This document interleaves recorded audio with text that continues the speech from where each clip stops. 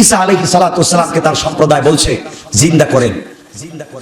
ঈসা আলাইহিস সালামকে নিয়ে গেল হাজার লক্ষ বছরের পুরাতন এক কবরের পারে, নিয়ে বলছে ঈসা এই কবরটা হচ্ছে আমাদের এলাকার আমাদের দেশের সবথেকে পুরাতন কবর। তিনি বলছেন এই কবরে কতদিন আগের মানুষ আছে? 2500 থেকে 3000 বছর আগের মানুষ আছে। সুবহানাল্লাহ বললেন না? কত বছর আগে? 2.5 থেকে 3000 বছর আগের মানুষ এই কবরে আছে। হযরত ঈসা রূহুল্লাহ কবরের পাশে দাঁড়ালেন, চোখের পানি ছেড়ে দিলেন আর বললেন, আল্লাহ আমার তো ক্ষমতা নাই, মুআজিজা তো তুমি দিয়েছো, কুম বিইজনিল্লাহ, এই কবরের সবথেকে পুরাতন মানুষ তুমি জিন্দা হয়ে যাও। আল্লাহু আকবার বললেন না? হযরত ঈসা রূহুল্লাহ বললেন, বলতে দেরি হয়েছে, একটা লোক আসমান জমিন পর্যন্ত লম্বা, একটা লোক দাঁড়িয়ে সালাম দিয়ে বলছে, আঙ্কেল আপনি কেমন আছেন? ঈসা আলাইহিস সালাম ডাক দিয়ে বললেন, তুমি আমাকে আঙ্কেল বললে, তুমি আমাকে চিনলে কেমনে? আমি কে আর তুমি কে? তুমি আমাকে কেমনে চিনলে? তুমি আমাকে আঙ্কেল বললে, চিনো কেমনে? লোকটা বলছে, আনা সাম, আমার নাম সাম, আমি নূহ আলাইহিস সালামের ছেলে, আপনিও পয়গম্বর, নূহ আলাইহিস সালামও পয়গম্বর, দুইজন পয়গম্বর হিসাবে ভাই ভাই, এই জন্য আপনাকে আঙ্কেল বলেছি। ঈসা আলাইহিস সালাম বললেন, তোমার কথা মিথ্যা, তুমি নূহ আলাইহিস সালামের ছেলে হতে পারো না। কেন আমি ছেলে হতে পারি না?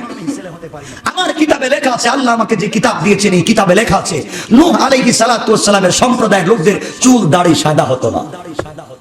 চুল দাড়ি, কথাগুলো শুনেন, চুল দাড়ি। আমি জানি আমার কিতাবে লেখা নূহ আলাইহিস সালামের সম্প্রদায়ের মানুষ যত বছরে পৃথিবীতে বাঁচুক এদের চুল দাড়ি সাদা হয় না। তোমার তো দেখতেছি চুলও সাদা, দাড়িও সাদা, সবগুলা সাদা। ব্যাপারটা কি? তুমি নূহ আলাইহিস সালামের ছেলে না। হযরতে সাম বলছেন, পয়গম্বর ঈসা রূহুল্লাহ, অবশ্যই আমি নূহ আলাইহিস সালামের ছেলে, কিন্তু আমার চুল দাড়ি সাদা হয়েছে কেন আপনি জানেন না। আমার চুল দাড়ি ছিল কালো, কিন্তু আমার মৃত্যুর সময় আজরাইল এসে আল্লাহকে বলেছিল, আমসিকা ওয়াতরুক, আল্লাহ ছেড়ে দেব না, খপ করে ধরবো। ওই দিন যে আজরাইল আমাকে খপ করে ধরেছিল, ওই ব্যথায়, ওই টেনশনে আমার চুল দাড়ি সাদা হয়ে গেছে। কি বুঝলেন মিয়া? কি বুঝলেন? আজরাইলের একটা ধাক্কায় আমার চুল দাড়ি সাদা হয়ে গেছে। এই টেনশনে আজ পর্যন্ত আমি ভুলতে পারি না। 2500 বছর আগে আমি মরেছি, চুল দাড়ি সাদা। হযরত ঈসা আলাইহিস সালাম বললেন, বুঝতে পেরেছি তোমার চুল দাড়ি সাদা হয়েছে টেনশনে, কিন্তু তোমার শরীর থেকে ঘাম পড়ে কেন? তোমার শরীর থেকে ঘাম পড়ে কেন? তুমি তো 2500 বছর আগে মরেছো। আর আমি আমার কিতাবে লেখা দেখেছি নূহ আলাইহিস সালামের বংশের মানুষের শরীরে তো ক্ষমতা ছিল, কাজ করলেও তারা ঘামতো না, কিন্তু তোমার শরীর থেকে তাজা তাজা টপ টপ করে ঘাম পড়ে কেন? সাম বলতেছেন, ঈসা আপনি শুনেন, আজরাইল যখন আমার কাছে এসেছিল, আমি যখন আজরাইলকে সাকারাতের সময় সচক্ষে দেখেছি, আমার জানটা বাহির হইতে চায় না। একবার মাথার দিকে গিয়েছে, একবার হাতের দিকে গিয়েছে, একবার পায়ের দিকে গিয়েছে। আজরাইল যখন ধরেছেন, ঠাস ঠাস করে 32টা রোগ ছিঁড়ে গিয়েছে। ঘাম যে জড়া শুরু হয়েছিল, আজও সেই ঘাম বন্ধ হয় না। কি বুঝলেন? কি বুঝতে পারলেন? মৌত কার নাম? মৌত কার নাম? শোনো তুমি, আমি তো মনে করছি আমাদেরকে বোঝানো হয় এপারে মৌত ওপারে আল্লাহর জান্নাত, নামাজ পড়ছি তো বেহেশতে চলে গেলাম, এত সোজা কথা নয়। দেখো তোমার পয়গম্বরের মতো বিশ্বের আর কোন মানুষ নাই, মহামানব আল্লাহ বানান নাই। সেই পয়গম্বরের সাকারাতের সময়, ইন্তেকালের সময় আল্লাহ বলছেন পৃথিবীর সবথেকে সহজ মৌত হয়েছে আমার পয়গম্বরের। সুবহানাল্লাহ বললেন না? সেই নবীর মৌতের সময় হযরত আজরাইল শুধু তার হাতটা নবীজির বুকের উপরে রেখেছিলেন, কিচ্ছু করেন নাই, শুধু হাতটা রেখেছিলেন। আমার নবী জবান খুলে কথা বলতে পারতেছিলেন না। আজরাইলকে বলছিলেন, ভাই আমার জিহ্বা তো শুকিয়ে গেছে, আমি জবান খুলে কথা বলতে পারতেছি না, তুমি আমার বুকে কি রেখেছো? মনে হচ্ছে উহুদ পাহাড়টা বসাইয়া দিয়েছো। আজরাইল বলছেন, ইয়া রাসূলুল্লাহ কিচ্ছু করি নাই, শুধুমাত্র হাতটা রেখেছি। কি বুঝছেন মিয়া? কি বুঝলেন? শুধু আপনাদের কাজকে আপনাদের ব্রেইনে, মন মানসিকতায় একটাই বিবেকের কাছে প্রশ্ন, আপনি কিসের ব্যস্ত? আপনি কিসের ব্যস্ত? মরে গেলে কিচ্ছু না। কাকে নিয়ে ব্যস্ত? আল্লাহ বলছেন আওলাদকে নিয়ে ব্যস্ত। এই আওলাদ তুমি মরে গেলে সবার আগে তোমাকে ভুলে যাবে তোমার সন্তান। সবার আগে ভুলে যাবে তোমার সন্তান। তোমার বন্ধু বান্ধব দূর থেকে এসে বলবে, আরে রাত্রে মারা গেছে, তোমরা এখনো খবর দেও নাই, তো দুর্গন্ধ হয়ে যাবে, তাড়াতাড়ি গোসল করো, দাফন করো। বলবে না? বলবে না? কিসের বন্ধুত্ব মিয়া? কিসের বন্ধুত্ব? আল্লাহ তো মুহাম্মদের সঙ্গে বন্ধুত্ব করে আরশে আজিমে নিয়েছেন, আর তুমি এমন লোকটার সঙ্গে বন্ধুত্ব করেছো যেই বন্ধু বলছে বন্ধুরে তাড়াতাড়ি কবরে দে, দুর্গন্ধ হয়ে যাচ্ছে। আল্লাহ বলছেন, গোলাম ভুল করলে, বন্ধু নির্বাচন করতে ভুল করলে, আমাকে চিনলে না, আমার সাথে বন্ধুত্ব করলে না। দিলের ভিতরে কথাগুলো বসা। আপনি কিসের ব্যস্ত? আপনি কিসের ব্যস্ত? বলছেন গোলাম, তোকে যখন আমি আল্লাহ জন্ম দিতে চাই, যখন তুই তোর বাবার পিঠে ছিলে, তোর মায়ের রেহেমের ভিতরে যাস নাই, তুই তোর বাবার পিঠে নাপাক পানি, ওই সময় আমি আল্লাহ তোর রিজিকের ফয়সালা করেছি। ওই সময় তোর রিজিকের ফয়সালা করেছি। কেন তুই 24 ঘন্টা দুনিয়া দুনিয়া দুনিয়া বলে ব্যস্ত, একবারও আমি আল্লাহর নামটা নিলে না? গোলাম রে গোলাম, সন্তান যখন ছোট থাকে, মুখের কথা যখন নতুন বলা শুরু করে, মা চক্ষু খুলে, মা তাড়াতাড়ি সন্তানের কাছে 24টা ঘন্টা বসে বলে, বাবা একটা বল না মা, একটা বার ডাক দে মা, 10 মাস তোকে পেটে রেখেছি, 2.5 বছর দুধ পান করিয়েছি, কথা বলা নতুন শিখছস, একবার না বল মা। মা একবার তার সন্তানের মুখ থেকে মা ডাক শুনতে চায়। আল্লাহ বলছেন, গোলাম রে তোরে এত কিছু দিলাম, এত সুন্দর হাত পা বানাইলাম, একটা বার রাত্রেবেলা উঠে ডাক দিলি না আল্লাহ, কেন একটা বার আমাকে ডাকলে না? তোর কি অসুবিধা ছিল? কিসের ব্যস্ত তুমি? কিসের ব্যস্ত তুমি?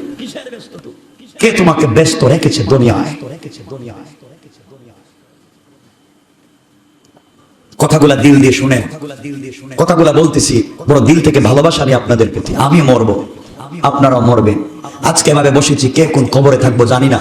আমি জানি না আমার কবরে কি হালাত হবে, আপনি জানেন না আপনার কবরে কি হালাত হবে। এই হালাতকে চেঞ্জ করবার জন্য আপনাদের মোটিভেট করতেছি, আপনাদেরকে আমি আজকে যে স্পিচ দিচ্ছি, কথাগুলো দিচ্ছি ব্রেইনে বুঝাবার জন্য, বিবেককে জাগ্রত করবার জন্য। 24 ঘন্টা যে দোকানে বসে থাকো, কেন বসে থাকো? 24টা ঘন্টা যে দুনিয়ার কাজ করে গোলাম, তো বিবেকের কাছে প্রশ্ন, রিজিক তো আমি দিয়েছিলাম, এতক্ষণ বসে থাকলে আমার নামটা মনে রাখলে না।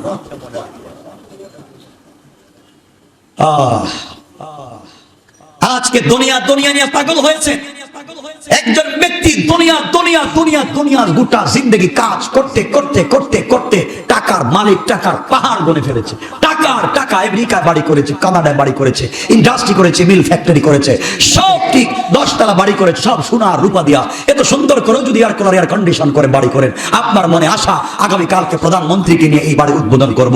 উদ্বোধন করবার জন্য আপনি গাড়িতে উঠবেন, বাসায় গিয়ে ঢুকবেন, উদ্বোধন হবে, বক্তৃতা আপনার নাম ঘোষণা করা হয়েছে, অমুক বাড়িটা নির্মাণ করেছেন, আপনি আসেন, 1000 কোটি টাকা দিয়ে বাড়ি বানাইছেন, কি কি ম্যাটেরিয়ালস ব্যবহার করেছেন, মাইকে একটু বলেন।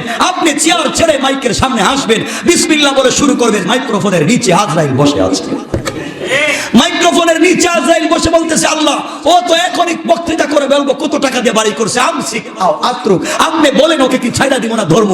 আল্লাহ বলছেন, কথা বলার আগে ধর, কথা বলার আগে ধর। কোথায় যাবেন? কোথায় যাবেন? আজরাইল থেকে কেমনে বাঁচবেন? একটাবার চিন্তা করলেন না? বড় দরদ নিয়ে আপনাদেরকে ভালোবেসে কথাগুলো বলতেছি। জীবন চেঞ্জ করে ফেলেন, জীবনটাকে চেঞ্জ করে ফেলেন। আল্লাহর ওয়াস্তে সব বাদ দিয়ে দেন। কার পিছনে ঘুরতেছেন? ইলা আজালিন করিব। আপনি চিন্তা করতেছেন কালকে দোকান খুলবেন, চায়না থেকে নতুন মাল আসবে, জাপান থেকে পার্টস আসবে, জার্মান থেকে ঔষধ আসবে, আপনি কালকে বিক্রি করবেন। 2-4টা পার্টির সঙ্গে টেলিফোনে কথা বলেছেন, কালকে আমার গোদামে আসবেন, আপনাকে মাল বুঝিয়ে দিব, কালকে আমার পুটে আসবেন, আপনার হাতে গাড়িটা আমি ডেলিভারি করব। আল্লাহ বলছেন, গোলাম ঘুম থেকে উঠতে দেব না, তুই ঘুমাবে, ঘুম থেকে উঠতে দেব না, ঘুমের ভিতরে আজরাইলকে পাঠাইয়া দেব। কত ভাই তোমার আমার সঙ্গে দেখা করে ঘুমায়, ঘুম থেকে আর উঠে না। কথাগুলো কি বুঝতেছেন আমার? কথাগুলো কি বুঝতেছেন আমার? কিসের দুনিয়া? বিবেককে জিজ্ঞাসা করো, কিসের ব্যস্ততা তোমার? তোমার তো ব্যস্ত হওয়ার কথা ছিল আখিরাত নিয়ে, তোমার তো ব্যস্ত হওয়ার কথা ছিল আল্লাহকে নিয়ে।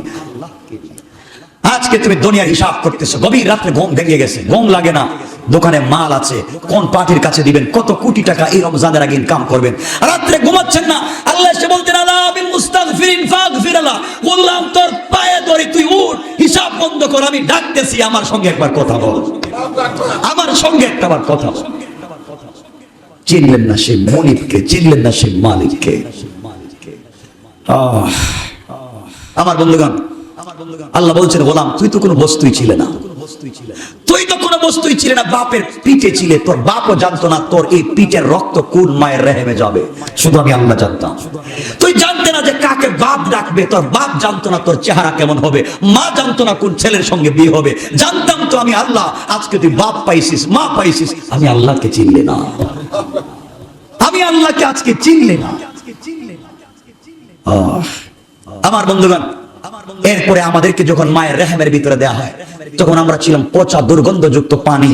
আল্লাহ বলছেন গোলাম এই পানিটা, ফেরেশতা বলছেন আল্লাহ পানিটা নষ্ট করে দেব নাকি ফেলে দেব, মায়ের প্রস্রাবের সঙ্গে বের করে দিব কিনা তুমি বলো। আমি তখন ফেরেশতাদেরকে বলছিলাম দুইজনকে, শোনো তোমাদেরকে জিম্মাদারি দিয়েছি, এই পচা পানিকে তোমরা রক্ত বানাও। আল্লাহু আকবার বললেন না? কিসের আপনার অহংকার? আপনি তো পচা দুর্গন্ধ পানির ফুটা। ফেরেশতারা যখন রক্ত বানালো, আরো দুইজন ফেরেশতাকে নতুন নিয়োগ দিলেন আল্লাহ। এরা এসে বলছে আল্লাহ এই রক্তগুলাকে কি আমি জমাট বেঁধে ধ্বংস করে দিব? আল্লাহ বলছেন না, এই রক্তগুলাকে রক্তপিণ্ড বানাও, শক্ত করো। তোমার বাবা কোনো মেডিসিন দেয় নাই, তোমার মা কোনো মেডিসিন দিয়ে শক্ত বানায় নাই। আল্লাহ বলছেন তোর নাপাক পানি থেকে রক্তপিণ্ড তো বানাইছি আমি রে, তুই কেমনে আমারে ভুলে গেলে? কেমনে ভুলে যাচ্ছেন সে আল্লাহকে? আবার দুইজন ফেরেশতা আল্লাহ নিযুক্ত দিয়েছেন, এদেরকে বাতিল। এরা এসে বলছে আল্লাহ আমি তো রক্তপিণ্ড দেখেছি, আমি কি করব? আল্লাহ বলছেন ওইটাকে ইজামা লাহমা, এটারে তোমরা একটু হাড্ডি বানাও। আল্লাহ হাড্ডি বানিয়ে লাভ কি? ও দুনিয়ায় গিয়ে তোমাকে চিনবে না, ও দুনিয়ায় গিয়ে তোমার নাফরমানি করবে। তোমার কথা বললেই বলবে ব্যস্ত, আজান হয়েছে মসজিদে আসো বলবে ব্যস্ত, আজান হয়েছে নামাজে আসো বলবে দোকানে কাস্টমার ব্যস্ত। আল্লাহ ওকে বানিয়ে লাভ নাই। আল্লাহ বলছেন কথা শুনিস না, একদিন হলেও হয়তো আমাকে ডাকতে পারে। চিনলেন না সে মনিবকে। এরপরে আমাদেরকে হাড্ডি বানানো হলো। আল্লাহ দুইজন ফেরেশতাকে বাতিল করে আর দুইজন ফেরেশতা নিয়োগ করতেছে। দেখো তোমাকে পৃথিবীতে আনতে আল্লাহ দাপে দাপে দাপে দাপে কত লোককে নিয়োগ করতেছেন, তুমি তো জানোই না। আরো দুইজন ফেরেশতা আসলেন, এসে বলছে আল্লাহ আমি তো হাড্ডি পাচ্ছি, কি করব? আল্লাহ বলছেন ওর শরীরে সুন্দর করে গোশত লাগাও, শরীরে সুন্দর করে গোশত লাগাও। গোশত লাগানো হচ্ছে। আল্লাহ ওর ফেসটা কি করব? আল্লাহ ওর হাতে আঙ্গুল 6টা দিব না 5টা? আল্লাহ এর নাকটা কেমনে দিব, ঠোঁটটা কেমনে দিব, চোখটা কেমনে দিব? আল্লাহ কি করব বলেন? আল্লাহ বলছেন লাকাদ খালাকনাল ইনসানা ফি আহসানি তাকওয়িম, তাদের বাপকে আমি নিজের হাতে বানাইছি, সন্তানটাকে তোমরা সুন্দর করে বানাও। আল্লাহু আকবার বললেন না? সুন্দর করে তোমার বডি স্ট্রাকচার তৈরি করা হলো। দুইজনকে বাতিল, আল্লাহর দুইজন ফেরেশতা পাঠিয়ে দিলেন, যাও। আল্লাহ আমি কি করব? ওকে চামড়া দাও, সুন্দর করে চামড়া দাও, ডিজাইন করো, একটা তৈরি করো, মূর্তির মতো কঙ্কাল তৈরি করো। কঙ্কাল তৈরি করা হলো, রূহ নাই। আল্লাহ বলেন তোমাদের কাজ শেষ, তোমরা আসো। দাপে দাপে তোমাকে আমাকে বানাতে কত কত ফেরেশতাকে আল্লাহ নিয়োগ করেছেন। গোলাম তুমি তো একবারও জানলে না, একবার চিন্তা করলে না কে তোমাকে এই পর্যন্ত নিয়ে এসেছে। এরপরে দুইজন ফেরেশতা আসলেন, এসে বলছেন আল্লাহ সব তো ঠিক আছে, কিন্তু অত কঙ্কাল নড়াচড়া করেন। আল্লাহ বলছেন আমি কুদরত থেকে রূহ দিলাম, রূহ তুমি পাইলে, জীবন আসলো। জীবন আসার পরে এখন তো তুমি ভিতরে নড়ো, মায়ের অনুভূতি হয় পেটের ভিতরে বাচ্চা। আরে শোনো মুসলমান, শোনো, তোমার হাতে যদি 10 কেজি ওজন, 5 কেজি ওজনের একটা ইট দেওয়া হয়, কতক্ষণ রাখবা? 2-3 ঘন্টা রাখার পরে ফালাইয়া দিবা, চাকরি করবা না, চলে যাবা। তোমার মা তোমাকে 8-10 পাউন্ডের ওজনের সন্তানকে 10 মাস নিয়ে হাঁটাহাঁটি করেছে। লজ্জা করা দরকার ছিল। কি করতেছে দুনিয়ায়? এই কথাগুলাকে দিলে বসায়া দাও, এই কথাগুলাকে দিলে বসায়া দাও, জীবন কামিয়াব হয়েছে। আমার বন্ধুগণ, কথাকে লম্বা করতে চাই না। এক পর্যায়ে যখন রূহ আসলো, ফেরেশতা এসে বলছেন আল্লাহ ও তো রূহ দিয়েছো তুমি, ও জবান কি তুতলা করে দিব? তুতলা, কথা বলতে পারে না, না স্পষ্ট করে দিব, তুমি বলো। আল্লাহ বলছেন গোলাম এগুলার জিম্মাদার আমি নিজে করবো, তোকে সময় দিলাম না, তোকে টাইম দিব না, আমি নিজে করবো। আল্লাহ এখন তো বড় হচ্ছে, ওর তো খাবার লাগবে, খাবার কোত্থেকে দিব? বাবা তো জানে না তার সন্তান পেটে কেমন আছে, ছেলে নামে তাও বুঝে না, মুখ কোন দিকে তাও জানে না, সন্তানের কি অবস্থা তাও জানে না, ওকে খাবার কে দিবে? আল্লাহ বলছেন গোলাম ও ফেরেশতারা তোমরা জানো না, এই অন্ধকার, 3টা অন্ধকারের ভিতরে সন্তানের খাবারের জিম্মাদার আমি আল্লাহ। ওই জায়গায় তোমাকে আমাকে যে আল্লাহ খাওয়াইছেন, দুনিয়ায় কেমনে সে আল্লাহকে বললাম? কেমনে সে আল্লাহকে বলে আছো? বিবেকের কাছে প্রশ্ন করো, কিসের তোমার ব্যস্ততা? এরপরে যখন সন্তান ডেলিভারির সময় হয়ে যায়, আল্লাহ বলছেন চেঞ্জ করে আরো শিফটে 2জন ফেরেশতা পাঠিয়ে দিয়েছে, যাও আস্তে আস্তে আস্তে আস্তে সন্তান যে রাস্তা দিয়ে আসবে এটাকে আস্তে আস্তে বড় করে দাও, আস্তে আস্তে বড় করে যেন মায়ের কষ্ট না হয়। এরপরে বলছে আল্লাহ সন্তান তো অনেক বড়, 7-8 কেজি ওজন, আল্লাহ 5-6 কেজি ওজনী বাচ্চা এই পথ দিয়ে আসতে পারবে না, মা মরে যাবে। আল্লাহ বলছেন 1 ফোঁটা পানি দিলাম, পিছলা করে দাও। কি রে মানুষ, কি নিম খারাপের মতো আল্লাহকে বলে গিয়েছিল? ওই দিন তো তোমার মতো দুর্বল কেউ ছিল না, তুমি তো বুঝতে না দুনিয়ায় কেমনে আসবে, রাস্তা জানতে না, আল্লাহ তো ব্যবস্থা করে দিয়েছে। কেমনে সে আল্লাহকে চিনলা না? এরপরে যখন তুমি দুনিয়ায় আসলা, সংক্ষেপ করে বলতেছি, দুনিয়ায় আসছো, দুনিয়ায় আসার পরে তোমার মতো দুর্বল কেউ নাই, তোমার মতো দুর্বল কেউ নাই। আমি আল্লাহ এতদিন তোমাকে মায়ের পেটে খাওয়াইছিলাম, এখন মায়ের পেট থেকে বাইরে হয়েছো। আমি জানি তুমি গম খেতে পারবে না, আমি জানি ভুট্টা খেতে পারবে না, আমি জানি চাউল খেতে পারবে না। এত কষ্টের জিনিস তোমার পাতলা মুখ দিয়ে যাবে না, তুমি ছোট। এই জন্য আমি আল্লাহ আমার কুদরত থেকে মায়ের বুকে দুধ দিয়েছি। গোলাম শুধু দেই নাই, আমি মায়ের স্তনে একটা ছিদ্র করে দেই নাই, বুটায় একটা ছিদ্র করে দিতে পারতাম। টান দিলে বেশি দুধ চলে আসতে পারতো, তোমার গলা বন্ধ হয়ে তুমি মারা যেতে পারতে। আমি আল্লাহ তোমার মায়ের স্তনের বুটায় 32টা ছিদ্র করে দিয়েছি। আল্লাহু আকবার বলে। এই আল্লাহরে চিনলেন না কেন? সন্তান, আমি ছোট ছোট ফুটা ফুটা করে দুধ তুমি টেনে নিয়ে আসতেছো। জানো না তুমি ঠান্ডার দিনে দুনিয়া এসেছো, মায়ের স্তনের দুধ যদি ঠান্ডা হয় তুমি মরে যাবে। আমি আল্লাহ দুধটাকে গরম করে দিলাম। গরমের দিনে এসো তো দুধটাকে আমি ঠান্ডা করে দিলাম। আল্লাহু আকবার বলে। সে আল্লাহকে কেন চিনলেন না? সে আল্লাহকে কেমনে চিনলেন না? আল্লাহ বলছেন, গোলাম এরপরে তুই আস্তে আস্তে বড় হতে লাগলি, কিন্তু জানিস তোকে যখন কেউ চিনতো না, আমি তোর মায়ের ভিতরে, বাবার ভিতরে, আত্মীয় স্বজনের ভিতরে এত মোহাব্বত তোর ব্যাপারে ঢুকাই দিয়েছি। তুমি না ঘুমাইলে তোমার মা ঘুমাইতে পারে না, তুমি না খাইলে বাড়ির সবাই পাগল থাকে, বাচ্চাটা খায় না কেন? তুমি একবার কান্না করলে তোমার মা বাবা রাত জেগে থাকে, বাচ্চা কান্না করে কেন? দিলের ভিতরে তামান্না, দিলের ভিতরে ভালোবাসা তৈরি করেছি তো আমি, আর কেউ করে না। এত কিছুর পরে আল্লাহ বলছেন, গোলাম এত কিছু করলাম, আস্তে আস্তে আস্তে আস্তে হাঁটা শিখলি, আস্তে আস্তে বড় হতে লাগলি। বড় হয়েই প্রথমে ডাক দিলি মা। বড় ব্যথারে গোলাম, একটা বার আমি আল্লাহকে ডাকলে না। এত কিছু করলাম, তুই তোর মায়ের কাছে বসে, বাবার কাছে বসে কেমনে ভুলে গেলে আমাকে, যে এত কষ্ট করে তোকে আনলাম দুনিয়ায়, এসে তোর মার বাপকে ডাকলে আমাকে চিনলে না। এরপরে আমি আল্লাহ অসন্তুষ্ট না, আমি আল্লাহ বেজার না। বড় হ, দেখি কি করস। কেমনে সে আল্লাহকে ভুলে যাও, কেমনে সে আল্লাহকে মনে করো না। এরপরে সন্তান তো বড় হতে লাগলো, হাঁটা শিখেছে, সন্তানের জবান খুলেছে, কেউ দাদা ডাকায়, কেউ মা ডাকায়। আল্লাহ বলেন, গোলাম আমি বসে আছি, কোন দিন তুই একবার বলবে আল্লাহ, আর আমি যে তোকে এত বড় করেছি সব ব্যথা দূর হয়ে যাবে। আল্লাহু আকবার। আমি তো এই চিন্তা আছি, কোন দিন আমাকে একবার আল্লাহ বলে ডাকবে। এরপরে ফেরেশতাদেরকে বলছেন, ও ফেরেশতা, আমার এই গোলাম তো বড় হচ্ছে, এখন এই দুধ খেলে তো হবে না, তার পেট মোটা হচ্ছে, এখন তো খাওয়া লাগবে। ফেরেশতারা বলছে, আল্লাহ কি খাওয়াবো? আল্লাহ বলছেন, তার রিজিক আসমানে রেখে দিয়েছি, জমা করে। তার রিজিক আসমানে রেখে দিয়েছি, টেনশন করা লাগবে না। পৃথিবীর সন্তানকে যাই খাওয়ান, আজ মায়ের দুধের বিকল্প পৃথিবীর কোন বিজ্ঞানী, চিকিৎসা বিজ্ঞানী বের করতে পারে নাই। পৃথিবীর সকল খাবারে ফরমালিন থাকতে পারে, মায়ের দুধে কোনো ফরমালিন নাই। কে করেছে? চিৎকার করে বলেন, কে করেছে? আওয়াজ করে বলেন, কে করেছে? কেন সে আল্লাহকে চিনো না? কেন সে আল্লাহকে চিনো? এরপর আল্লাহ বলছেন, গোলাম এত ব্যস্ত ছিলাম তোকে নিয়ে আসতে, কখন কি হয়ে যায়, কখন কি হয়ে যায়। ডেলিভারির সময় তুই মরস নাকি তোর মা মরে, এত এত সেনসিটিভ একটা ব্যাপার, তোকে দুনিয়ায় নিয়ে আসলাম। আস্তে আস্তে বড় হলে, আস্তে আস্তে বড় হলে, স্কুলে যাওয়া শিখলে, স্কুলে গিয়েই তুই পড়লে দেয়ার ইজ নো গড। তুই স্কুলে গিয়েই বললে আল্লাহ বলতে কিচ্ছু নাই। আমি কেমনে নিজের মনকে বুঝাই, এত কষ্ট করে দুনিয়া আনলাম, বড় হইয়া বললে আল্লাহ বলতে কিচ্ছু নাই। কেমনে বুঝাই আপনাদেরকে কথাগুলা, কেমনে বুঝাই? আল্লাহ বড় আফসোস করে বলছেন, ইয়া আইয়ুহাল ইনসান, হে মানুষ, মা গাররাকা বিরাব্বিকাল কারীম, কে তোকে ধোঁকা দিল? আজকে আমাকে ভুলে গেলে, অথচ আমি ছাড়া তোর কেউ ছিল না। কেমনে ভুলে যা, কেমনে ভুলে যা। আস্তে আস্তে আমি আপনি বড় হলাম। এই বড় হওয়ার পর থেকে আল্লাহর সঙ্গে আমার আপনার সম্পর্ক কেমন?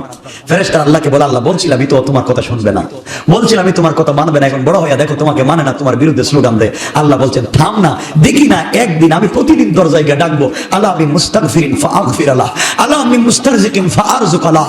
আমি ডাকবো, একটা দিন দেখি না ডাকতে ডাকতে দরজা খুলে কিনা। আর তাহাজ্জুদের জায়নামাজে দাঁড়াইয়া একটা বার চোখের পানি ছেড়ে একবার ডাক দিয়া বলবে আল্লাহ, আর আমি কথা দিলাম গোটা জিন্দেগীর গুনাহ মাফ করে দিলাম। কেন সে আল্লাহকে চিনলেন না? কেন সে মালিককে চিনলেন না? সুতরাং আর দেরি করতে চাই না, এখন আপনি আমি বড় হচ্ছি, এই জায়গায় রেখে দিতে চাই। আল্লাহ বলছেন, গোলাম ইয়া আইয়ুহাল্লাযীনা আমানু লা তুলহিকুম আমওয়ালুকুম ওয়ালা আওলাদুকুম আন যিকরিল্লাহ। গোলাম এখন বড় হলি, বড় হইয়া তুই বলবে তোর সন্তান, বড় হইয়া তুই বললে তোর সম্পদ, আমি আল্লাহকে ভুলে গেলে আমার কিছু নাই।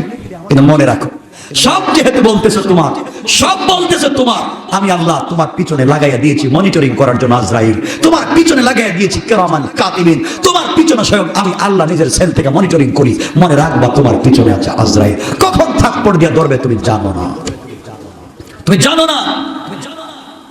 বউ কারণের জন্য যাচ্ছ, রাস্তায় বের হয়েছো, হঠাৎ হতে পারে টাকের চাপায় পড়ে মরে গিয়েছো, লঞ্চ ডুবে মরে গিয়েছো, রেল অ্যাক্সিডেন্ট করে মরে গিয়েছো, হানিমুন করার জন্য সিঙ্গাপুর যাইতে চাইছিলে, বিমানে উঠছো, আগুন লেগে গেছে। বলেন নাকি ঠিক না? বললাম তুই চিনলে না আমাকে, সব করলে চিনলে না আমাকে। এজন্য আজকে আপনাদের কাছে, আপনাদের বিবেকের কাছে আমার একটাই প্রশ্ন, আপনি কিসের ব্যস্ত? আপনি কিসের ব্যস্ত? আমার শেষ করা, আজকে আমরা সোসাইটির বড়াই করি। আমি যে ধানমন্ডিতে থাকি, আমি বনানী থাকি, আমি সিঙ্গাপুর থাকি, মালয়েশিয়া থাকি, কানাডা থাকি, তোমার কিসের সোসাইটি? আমাদের মাথায় বসেছে ভূত, আমাদের মাথায় বসেছে ভূত। আমরা থাকলে উন্নত সোসাইটিতে থাকবো, আমরা খাইলে উন্নত খাবার খাবো, আমি পড়লে উন্নত জামা পরবো, আমি যা করবো সব উন্নত। আল্লাহ বলছেন সব তোর উন্নত, আমি আল্লাহ তোর কাছে পৌঁছা। আমাকে চিনলে না গোলাম, সব তোর উন্নত, একদিন সব পড়ে থাকবে। আপনি দেখেন আহসানুল্লাহ মাস্টার নাই, সব আছে। আজকে চৌধুরী বাড়ির চৌধুরী নাই, চৌধুরী বাড়ি আছে। আজকে খান বাড়ির বাড়ি আছে, খান সাহেব নাই, আছে না নাই বলেন? আজকে পাঠান বাড়ির পাঠান বাড়ি আছে, পাঠান নাই। আজকে আজকে জায়গিরদার বাড়ির জায়গিরদার বাড়ি আছে, জায়গিরদার নাই। সব থাকবে, থাকবা না তুমি, তুমি তুমি। মরার আগে খবর লইয়া কবরে যাইও, মরার আগে এগুলো যাই না শুনে কবরে যাইও, যে কোথায় যাচ্ছ, কোথায় ছিলা, কি করে যাচ্ছ। মরার আগে আল্লাহর সঙ্গে হিসাব মিলাইয়া যাইও। আজকে আমার দায়িত্ব আদায় করলাম, আপনাদের মানসিকতার মধ্যেই কথা বুঝাইয়া দিলাম। কিসের ব্যস্ত তুমি? সব বাদ দাও, ব্যস্ত হও আল্লাহর জন্য। আল্লাহ বলছেন গোলাম তুই শুধু আমার সঙ্গে সম্পর্ক কর, তুই শুধু আমার সঙ্গে সম্পর্ক কর, গোটা দুনিয়াকে তোর সাথে সম্পর্ক করাইয়া দেওয়ার দায়িত্ব আমার। সুবহানাল্লাহ বললেন না? সুতরাং আজকে আমি আপনাদের সঙ্গে আল্লাহর সম্পর্ক করাইয়া দিতে চেষ্টা করেছি। আমি বোঝাতে চাইছি আপনি কিসের ব্যস্ত, সব ভুলে যাও, সব ভুলে যাও। মওত আশেপাশে, এই মসজিদে আমরা নামাজ পড়তেছি, আমি আপনি জানি না আমার পিছনে আজরাইল আছে না নাই। আপনি জানেন গত সপ্তাহের একজন ইমাম সাহেব ইশার নামাজের 2 নম্বর রাকাতের সেজদায় গেছেন আর উঠেন নাই, মারা গিয়েছেন। এই ঢাকা শহরের ইমাম সাহেব 2 নম্বর সেজদায় গিয়ে উঠতে পারেন নাই। আপনি ওয়াশরুমে গিয়েছিলেন গোসল করবার জন্য, কত ভাই ওয়াশরুম থেকে বাইরে হয় না, কথা বলেন না কেন? আপনি কিসের অহংকার করেন? আল্লাহ তো বলছেন কিসের অহংকার, এত কিছু করলে সব করলাম আমি। মানা না মানা আপনার দায়িত্ব। আল্লাহকে চিনেন, দুনিয়া সাকসেসফুল, ফাকাদ ফাজা ফাওজা, আপনি কামিয়াব দুনিয়ায় এবং আখিরাতে। আজকে আপনি এত ইনকাম করেন, ঘরে শান্তি নাই, ঘরে শান্তি নাই, বউ কথা শুনে না, বাচ্চা কথা শুনে না, মনের ভিতরে এত টেনশন। সব বাদ দাও, আল্লাহর জন্য পড়ে থাকো, সব দূর করে দিবেন আল্লাহ। আপনার এই ব্যস্ততা কার জন্য? আমি যে আয়াত পড়েছি, এই আয়াতে আল্লাহ বলছেন ইয়া আইয়ুহাল্লাযীনা আমানু, আল্লাহ বলছেন মুমিন যারা, মুমিনগণ শোনো হে ঈমানদারেরা, লা তুলহিকুম আমওয়ালুকুম ওয়ালা আওলাদুকুম আন যিকরিল্লাহ, তোমাদের ধন সম্পদ এবং সন্তান সন্ততি যেন তোমাদেরকে আল্লাহর স্মরণ থেকে গাফেল করে না দেয়। তোমাদেরকে যেন তোমাদের সম্পদ আল্লাহর স্মরণ থেকে গাফেল না করে দেয়। তোমাদের থেকে যেন তোমাদের সন্তান, তোমাদের সন্তানের কারণে তোমরা যেন আমার গাফেল না হয়ে যাও। আজকে আমরা হয়তো সম্পদের জন্য আল্লাহকে গাফেল করে দিয়েছি, আল্লাহ থেকে গাফেল, আর না হয় সন্তানের জন্য গাফেল, ঠিক না? সারাদিন ব্যস্ত, ব্যস্ত থাকি না? কেউ জিজ্ঞাসা করলে কি ব্যস্ত, কিসের ব্যস্ত? কাজ নিয়ে, ব্যবসা বাণিজ্য নিয়ে ব্যস্ত। কেউ ব্যস্ত আছেন বাচ্চাদেরকে ভালো শিক্ষিত বানাবার জন্য, বাংলাদেশের কোন কোচিং এ পড়ালে কোন ভালো স্কুলে পড়ানো যায়, পৃথিবীর কোন ইউনিভার্সিটিতে আমার ছেলেকে পড়ালে উচ্চ শিক্ষিত হবে, এই চিন্তায় আমার রাত দিন ঘুম নাই। কিন্তু একটা দিন চিন্তা করলাম না আমার ছেলে মানুষ হচ্ছে কিনা, আমার সন্তান মানুষ হচ্ছে কিনা, আমার সন্তান আদর্শবান হচ্ছে কিনা, তা কোনোদিন চিন্তা করি নাই।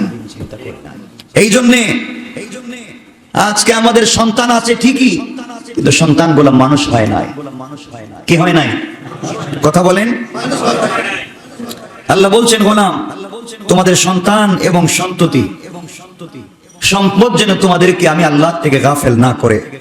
এরপর আল্লাহ বলছেন যারা গাফেল হয়ে যায় এই কারণে, সন্তান এবং সম্পদের কারণে গাফেল হয়ে যায়, আমি আল্লাহকে ভুলে যায়, তারা হচ্ছে এই পৃথিবীর সবথেকে বড় ক্ষতিগ্রস্ত। ফাউলাইকা হুমুল খাসিরুন, তারা হচ্ছে এই পৃথিবীর সবথেকে বড় ক্ষতিগ্রস্ত, যারা সম্পদ জমা করবার জন্য সারা দিন রাত ব্যস্ত থাকলো, যারা সন্তানগুলাকে শিক্ষিত বানাবার জন্য রাত দিন ব্যস্ত থাকলো, আমি আল্লাহকে ভুলে গেল। আমি আল্লাহ জিজ্ঞাসা করেছি, গোলাম তুমি একটাবার ওঠো, আমি আল্লাহ তোমার সঙ্গে কথা বলতে চাই। লা তাখুযুহু সিনাতুন ওয়ালা নাওম, আমি রাত্রবেলা ঘুমাই না। দুনিয়ার যা সৃষ্টি করেছি শুধু কোন বলেছি, ফায়াকুন হয়ে গেছে। কোনোদিন হাত লাগাই নাই, চিন্তা করি নাই, তাকাই নাই, এমনি সৃষ্টি হয়েছে। তোকে সৃষ্টি করতে আমার হাতটা লাগাইছি, তোকে সৃষ্টি করতে আমার হাতটা লাগাইছি। বললাম তুই বিপদে পড়ে যাবে, এই জন্য লক্ষাধিক রাহবার পৃথিবীতে পাঠিয়েছি। আমি জানি রাত্রবেলা কোন বিপদে পড়ে যাবে, কোন জাহান্নামের কাজ করে ফেলবে, কে তোকে মাফ করবে। জাহান্নামের ফেরেশতা দাঁড়িয়ে আছে, কিরামান কাতিবিন হাজির আছে, দুইজন ফেরেশতা আরো আছে। কখন তারা বলবে আমসিক আও আতরুক, আল্লাহ কেটে দেব কি, ওর শ্বাস কি বন্ধ করে দেব, ওর অক্সিজেনটা কি বন্ধ করে দেব, আল্লাহ ওর অ্যাপেন্ডিক্সের ব্যথা একটু বাড়ছে, ওর ব্লাড সার্কুলেশন কি কমায়া দেব, ওর রগগুলাকে কি ছিঁড়ে ফেলবো। আল্লাহ তুমি বলো, আমি ঘুমাই না, কখন জানে ফেরেশতা কি করে ফেলে। লা তাখুযুহু সিনাতুন ওয়ালা নাওম, আমি জাগ্রত থাকি। গোলাম বিপদে পড়ে আমাকে ডাকবে, আমি তার কাছে হাজির হব। কিন্তু গোলাম তো আল্লাহকে চিনে না। এই গোলাম তো বলছে আমি ব্যস্ত। এই গোলামকে জিজ্ঞাসা করলে, ভাই এতদিন টেলিফোনে কথা বলছে, এতদিন তোমাকে দেখি না, কোথায় থাকো? আমি ব্যস্ত। তুমি এত পেরেশানি করো, ভাই আমি ব্যস্ত। কিসের ব্যস্ততা তোমার? তোমার তো ব্যস্ততা আল্লাহকে নিয়ে নাই, তোমার তো ব্যস্ততা জাহান্নাম থেকে বাঁচার জন্য না, তোমার তো ব্যস্ততা জান্নাতের জন্য না, তোমার তো ব্যস্ততা হাউজে কাউসারের পানির জন্য না, তোমার তো ব্যস্ততা 3 আঙ্গুল পেটে খাবার দেওয়ার জন্য।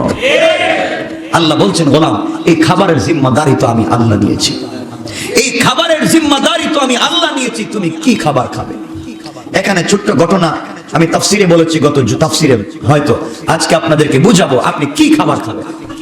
আপনি কি খাবার খাবেন? কিসের খাবারের জন্য দৌড়ান? আল্লাহ বলছেন, গোলাম তোর পেট তো 3 আঙ্গুল, এই খাবারের জন্য 24 ঘন্টা দৌড়াস। এমন প্রাণীকে আমি আল্লাহ খাবার দিই, গোটা পৃথিবীর 600 কোটি মানুষ যদি 100 বছর কাজ করে খাবার জমা করে, আমার এমন প্রাণী আছে এক বেলার খাবার দিতে পারবে না। আল্লাহু আকবার বলেন। আমি তো এই প্রাণীকেও 3 বেলা খাবার দিই, আমি তো এই প্রাণীকেও 3 বেলা খাবার দিই, তোকে কেন দিতে পারবো না? আমি ওই প্রাণীকে নির্দেশ করেছি, তুমি আমার হুকুম মানো, আমার পথে চলো। সে তো আমার পথে চলে, আমি খাবার দিচ্ছি, তুমি কেন আমার কথা মানো না? আল্লাহ বুঝাতে চাচ্ছেন, মানুষেরা তোমরা শুনো, আমি তো ইসরাফিলকে বলেছি মুখে সিংহা লাগায় দাঁড়িয়ে থাকো, দাঁড়িয়ে থাকো। ইসরাফিল লক্ষ লক্ষ বছর থেকে দাঁড়িয়ে আছে, আজও সিংহার থেকে মুখ ফিরায় না। আমিও চাইলে তোমাকে বাধ্য করতে পারতাম, আমার পায়ে সেজদায় পড়ে থাকো, মাথা উঠাতে পারবে না। পারতেন? কথা বলেন, পারতেন? আল্লাহ তোমাকে আমাকে বাধ্য করেন নাই, আল্লাহ তোমাকে আমাকে বাধ্য করেন নাই। আল্লাহ বলতে পারতেন, গোলাম আমি তোমাকে বাধ্য করব, যদি তুমি আমার কথা না শুনো 1 সেকেন্ড তোমাকে মৃত্যু দেব। তুমি প্রত্যেক 6 মাসের 4 মাস রোজা রাখবে, তুমি 6 মাসের 5 মাস রাত্রে ঘুমাতে পারবে না, আমার পায়ে সেজদায় পড়ে থাকতে হবে। কথা যদি না শোনো তোমার মওত। আল্লাহ চাইলে পারতেন, পারতেন না? পারতেন। আল্লাহ বলছেন, গোলাম তুই ঘুমা, গোলাম তুই ঘুমা।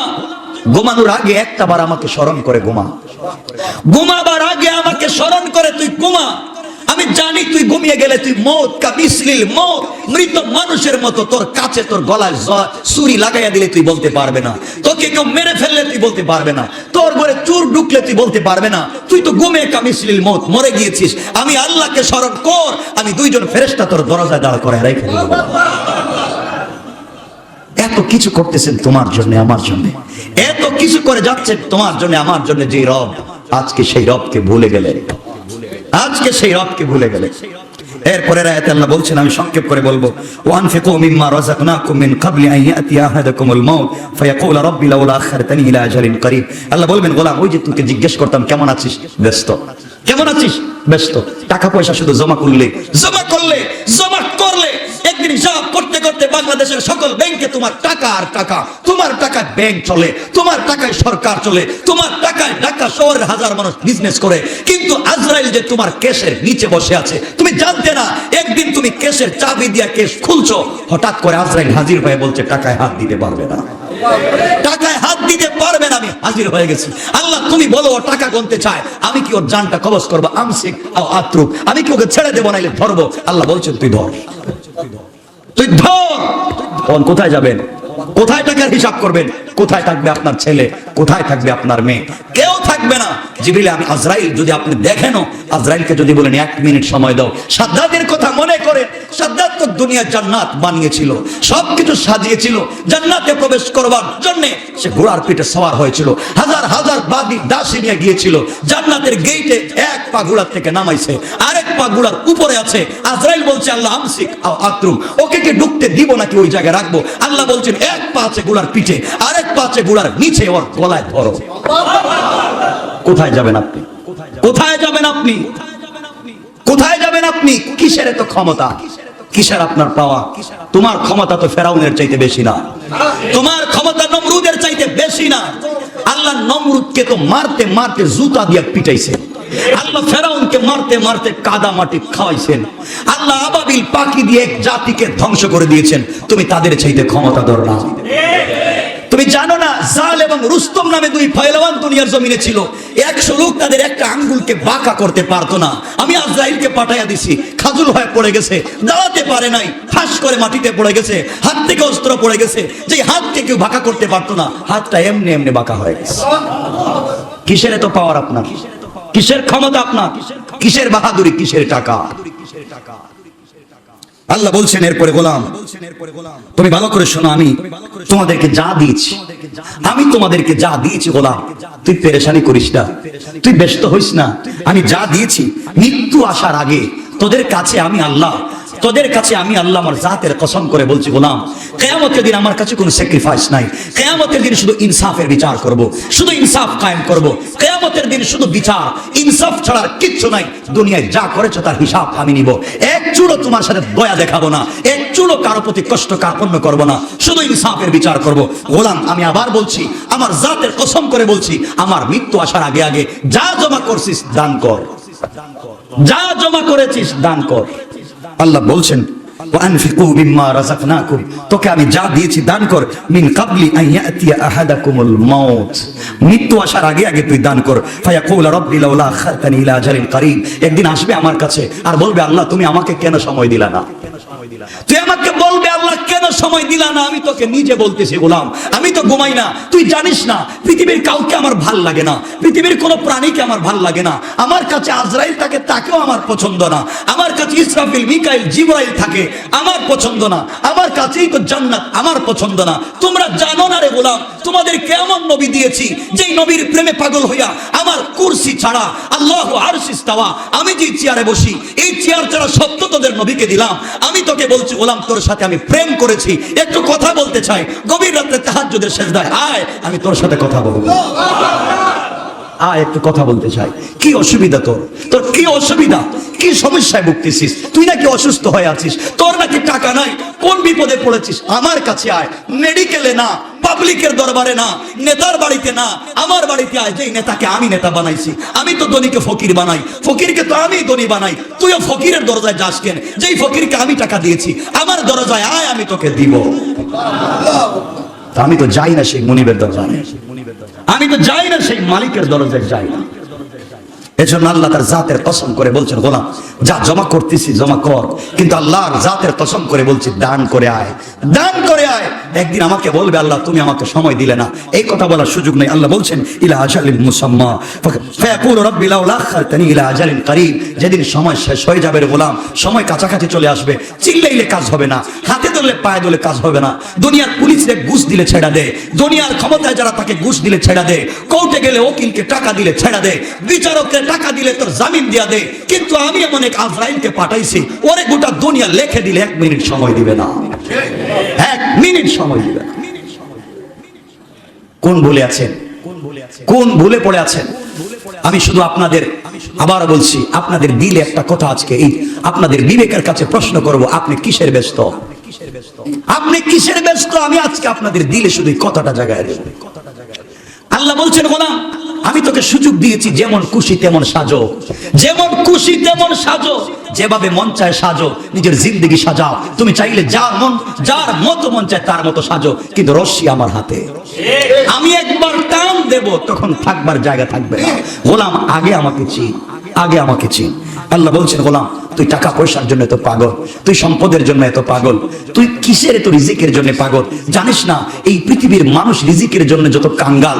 আরে আরে তোমরা গোটা দুনিয়ার মানুষকে আমি আল্লাহ যদি 1 লক্ষ বছর খাওয়াই, একটা প্রাণীর তো এক বেলার খাবারের চাইতে কম। আল্লাহু আকবার বললেন না? কি খাইবে? কেন সে আল্লাহকে চিনলেন না? আল্লাহ বলছেন, গোলাম তুই কেন ব্যস্ত হয়েছিস? অবিসামায়ে রিজকুকুম, রিজিক তো আসমানে, রিজিকের ফয়সালা তো আমি আল্লাহ করেছি। তুই যেদিন তোর মায়ের পেটে শুধুমাত্র পচা দুর্গন্ধযুক্ত রক্ত ছিলে, তোর অস্তিত্ব ছিল না। মাইক্রোস্কোপ দিয়া, কোন সিটি স্ক্যান দিয়া, কিচ্ছু দিয়া তোর অস্তিত্ব যখন শনাক্ত করা যায় নাই, ওই সময় তোর রিজিক ছিল। গোলাম তুই তোর মায়ের পেটে 10 মাস ছিলে, পৃথিবীর কোন দামি খাবার যায় নাই, পৃথিবীর কোন মানুষ খাবার দিতে পারে নাই, আমি তো ওখানে তোকে খাওয়াইছি, ওখানে তোকে খাওয়াইছি। তুই দুনিয়া এসে সেই মুনিবকে কেমনে ভুলে গেলে? কি জবাব দিবেন সে আল্লাহ? কি জবাব দিবেন সে আল্লাহ? কি জবাব দিবেন সে আল্লাহর কাছে? একটু চিন্তা করেন। আপনাদের বিবেকের কাছে আজকে আমার প্রশ্ন একটাই প্রশ্ন, আপনি কিসের ব্যস্ত? আপনি দোকানের হিসাব নিয়ে ব্যস্ত, আজরাইল হাজির, বলেন ব্যস্ততা থাকবে, আপনি থাকবেন না। আপনার দোকানের কেসে টাকা থাকবে, আপনি থাকবেন না। ব্যাংকে কোটি কোটি টাকা পড়ে থাকবে, আপনি থাকবেন না। আপনার বাড়ি থাকবে, আপনি থাকবেন না।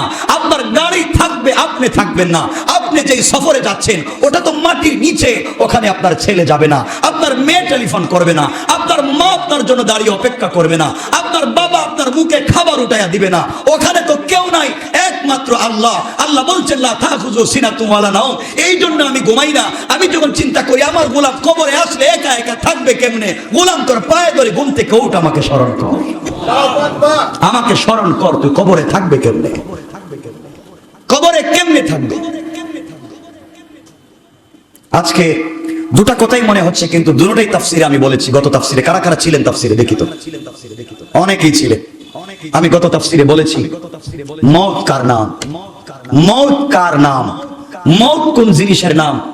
আরে জানেন না, হযরত ঈসা রূহুল্লাহ, আল্লাহর জলিলুল কদর পয়গম্বর রাসূল, তার জাতি তাকে বলছে তোমাকে মানি না, তার জাতি তাকে বলছে তোমাকে মানি না। তারা বলছে কি করলে? তিনি বললেন, তোমরা কি করলে আমাকে পয়গম্বর মানবে? তারা বলছে, পয়গম্বর আপনাকে মানবো, শর্ত একটা, তুমি যদি মরা মানুষকে জিন্দা করতে পারো। তুমি যদি মরা মানুষকে জিন্দা করতে পারো, বুঝবো তুমি পয়গম্বর। আল্লাহর কাছে কাঁদলেন ঈসা রূহুল্লাহ, কেঁদে কেঁদে বলছেন, আল্লাহ এই মানুষকে জীবিত করার, মৃত করা, এটা তো তোমার কাজ, তুমি ছাড়া তো কেউ পারে না। এখন ওরা বলছে আমি নাকি জিন্দা করলে, না করলে তারা মানবে না, তুমি আমাকে ক্ষমতা দাও, মুআজিজা দাও।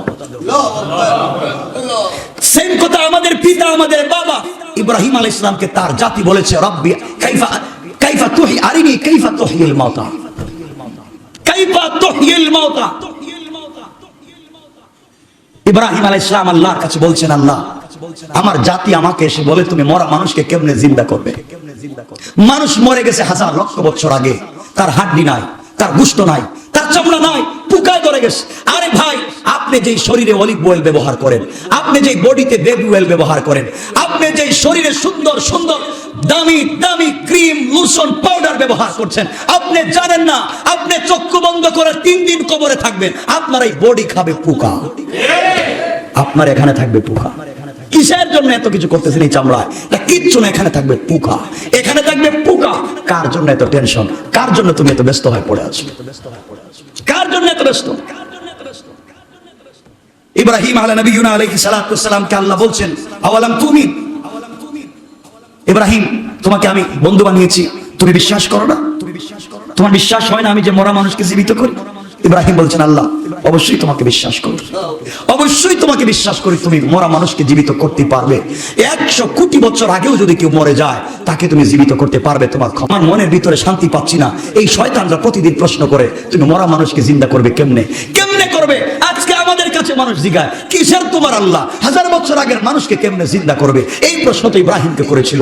ইব্রাহিমকে আমার আল্লাহ জবাব দিচ্ছে, ক্বালা ফাখুয আরবাআতাম মিনাত তায়র, ও ইব্রাহিম 4টা পাখি লালন পালন করো, ফাসুরহুন্না, লালন পালন করো। ইব্রাহিম 4টা পাখি লালন পালন করলেন, কবুতর, ময়ূর, কাক, মোরগ, এভাবে 4টা পাখি লালন পালন করলেন। আল্লাহ বলছেন ইব্রাহিম লালন পালন করেছো, ওদের নাম রাখো। ইব্রাহিম তাদেরকে নাম রাখলেন। আল্লাহ বলছেন এদেরকে তুমি ডাক দাও, ডেকে ডেকে দেখো তোমার সাথে আসে কিনা। ইব্রাহিম এক একটা পাখির নাম ধরে ডাকলেন, পাখিগুলা তার কাছে চলে আসে। ইব্রাহিম যেখানে যান পাখিকে ডাক দিলে ওখানে যায়, তাহলে মালিককে পাখি চিনে। আল্লাহ বললেন ফাসরহুন্না সুম্মা জাআলা আলা কুল্লি জাবালিন মিনহুন্না জুজআ।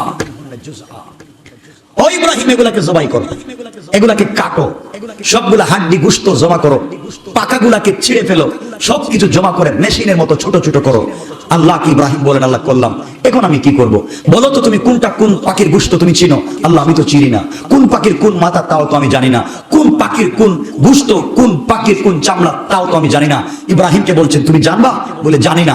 যাও এগুলাকে তুমি পাহাড়ে ফেলাইয়া দাও, গোশতগুলাকে পাহাড়ে ফেলাইয়া দাও, পাখাগুলাকে বাতাসে উড়াইয়া দাও, চামড়াগুলাকে পানিতে ফেলাইয়া দাও, কিছুকে তুমি আগুন দিয়ে জ্বালাইয়া দাও, সব জ্বালাইয়া দাও। সব শেষ করে ফেললেন। ইব্রাহিমকে এবার বলছেন কিছু আছে? আল্লাহ কিছুই তো নাই।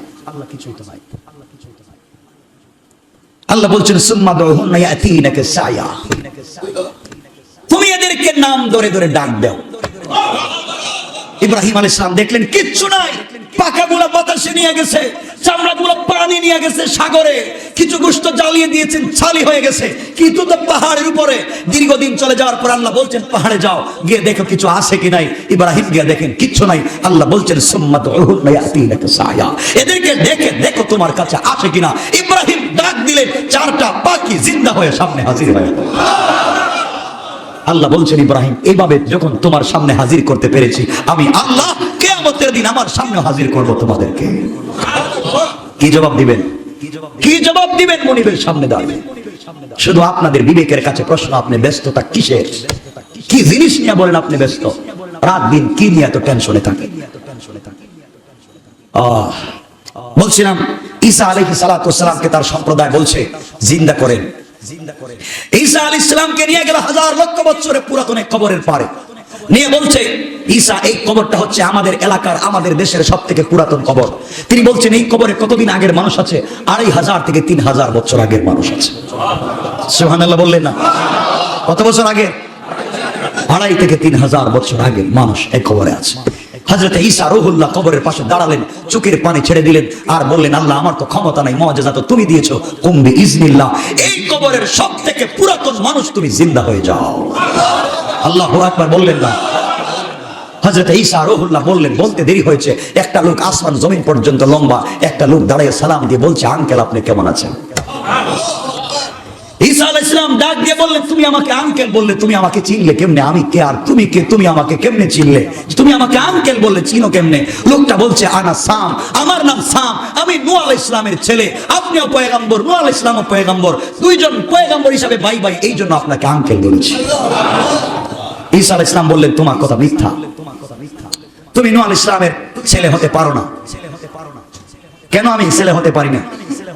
আমার কিতাবে লেখা আছে, আল্লাহ আমাকে যে কিতাব দিয়েছেন এই কিতাবে লেখা আছে নূহ আলাইহিস সালাতু ওয়াস সালামের সম্প্রদায়ের লোকদের চুল দাড়ি সাদা হতো না।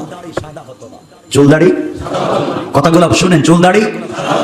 আমি জানি আমার কিতাবে লেখা নূহ আলাইহিস সালামের সম্প্রদায়ের মানুষ যত বছরে পৃথিবীতে বাঁচুক এদের চুল দাড়ি সাদা হয় না। তোমার তো দেখতেছি চুলও সাদা, দাড়িও সাদা, সবগুলা সাদা। ব্যাপারটা কি? তুমি নূহ আলাইহিস সালামের ছেলে না। হযরতে সাম বলছেন পয়গম্বর ঈসা রূহুল্লাহ, অবশ্যই আমি নূহ আলাইহিস সালামের ছেলে, কিন্তু আমার চুল দাড়ি সাদা হয়েছে কেন আপনি জানেন না। আমার চুল দাড়ি ছিল কালো, কিন্তু আমার মৃত্যুর সময় আজরাইল এসে আল্লাহকে বলেছিল আমসিকা ওয়াতরুক, আল্লাহ ছেড়ে দেব না, খপ করে ধরবো। ওই দিন যে আজরাইল আমাকে খপ করে ধরেছিল, ওই ব্যথায় ওই টেনশনে আমার চুল দাড়ি সাদা হয়ে গেছে। কি বুঝলেন মিয়া? কি বুঝলেন? আজরাইলের একটা ধাক্কায় আমার চুল দাড়ি সাদা হয়ে গেছে। এই টেনশনে আজ পর্যন্ত আমি ভুলতে পারি না। 2500 বছর আগে আমি মরেছি, চুল দাড়ি সাদা। হযরত ঈসা আলাইহিস সালাম বললেন বুঝতে পেরেছি তোমার চুল দাড়ি সাদা হয়েছে টেনশনে, কিন্তু তোমার শরীর থেকে ঘাম পড়ে কেন? তোমার শরীর থেকে ঘাম পড়ে কেন? তুমি তো 2500 বছর আগে মরেছো। আর আমি আমার কিতাবে লেখা দেখেছি নূহ আলাইহিস সালামের বংশের মানুষের শরীরে তো ক্ষমতা ছিল, কাজ করলেও তারা ঘামতো না, কিন্তু তোমার শরীর থেকে তাজা তাজা টপ টপ করে ঘাম পড়ে কেন? সাম বলতেছেন ঈসা আপনি শুনেন, আজরাইল যখন আমার কাছে এসেছিল, আমি যখন যখন আজরাইলকে সাকারাতের সময় সচক্ষে দেখেছি, আমার জানটা বাহির হইতে চায় না। একবার মাথার দিকে গিয়েছে, একবার হাতের দিকে গিয়েছে, একবার পায়ের দিকে গিয়েছে। আজরাইল যখন ধরেছেন ঠাস ঠাস করে 32টা রোগ ছিঁড়ে গিয়েছে। ঘাম যে ঝরা শুরু হয়েছিল, আজও সেই ঘাম বন্ধ হয় না। কি বুঝলেন? কি বুঝতে পারলেন? মওত কার নাম? মওত কার নাম? শোনো তুমি, আমি তো মনে করছি আমাদেরকে বোঝানো হয় এপারে মওত ওপারে আল্লাহর জান্নাত, নামাজ পড়ছি তো বেহেশতে চলে গেলাম। এত সোজা কথা নয়। দেখো তোমার পয়গম্বরের মতো বিশ্বের আর কোন মানুষ নাই, মহামানব আল্লাহ বানান নাই। সেই পয়গম্বরের সাকারাতের সময়, ইন্তেকালের সময় আল্লাহ বলছেন পৃথিবীর সবথেকে সহজ মওত হয়েছে আমার পয়গম্বরের। সুবহানাল্লাহ বললেন না? সেই নবীর মওতের সময় হযরতে আজরাইল শুধু তার হাতটা নবীজির বুকের উপরে রেখেছিলেন, কিচ্ছু করেন নাই, শুধু হাতটা রেখেছিলেন। আমার নবী জবান খুলে কথা বলতে পারতেছিলেন না। আজরাইলকে বলছিলেন, ভাই আমার জিহ্বা তো শুকিয়ে গেছে, আমি জবান খুলে কথা বলতে পারতেছি না, তুমি আমার বুকে কি রেখেছো? মনে হচ্ছে উহুদ পাহাড়টা বসাইয়া দিয়েছো। আজরাইল বলছেন, ইয়া রাসূলুল্লাহ কিচ্ছু করি নাই, শুধুমাত্র হাতটা রেখেছি। কি বুঝছেন মিয়া? কি বুঝলেন? শুধু আপনাদের কাজকে আপনাদের ব্রেইনে, মন মানসিকতায় একটাই বিবেকের কাছে প্রশ্ন, আপনি কিসের ব্যস্ত?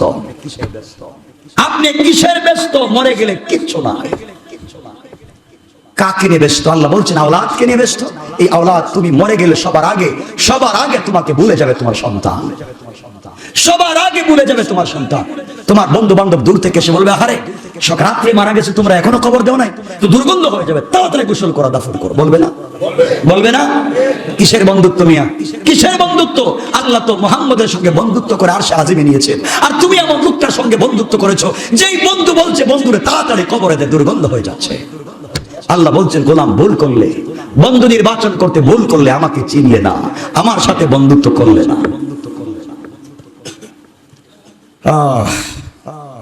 দিলের ভিতরে কথাগুলো বসা।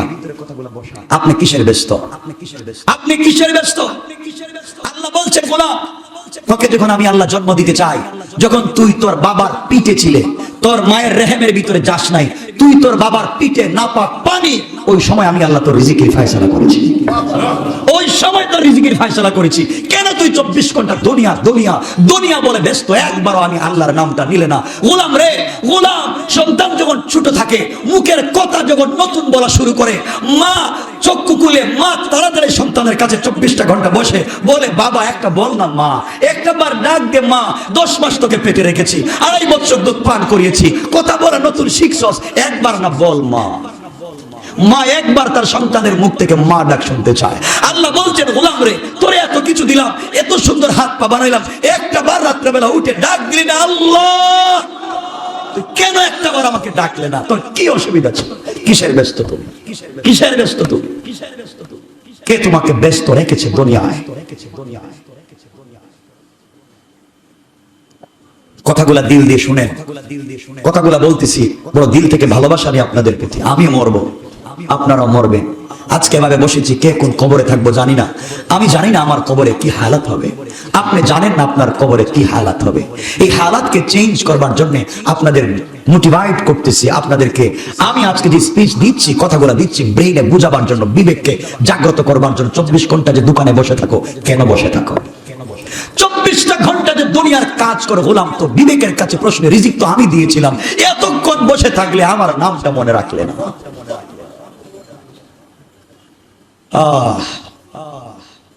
আজকে দুনিয়া দুনিয়া নিয়ে পাগল হয়েছে। একজন ব্যক্তি দুনিয়া দুনিয়া দুনিয়া দুনিয়ার গোটা জিন্দগি কাজ করতে করতে করতে করতে টাকার মালিক, টাকার পাহাড় গনে ফেলেছে।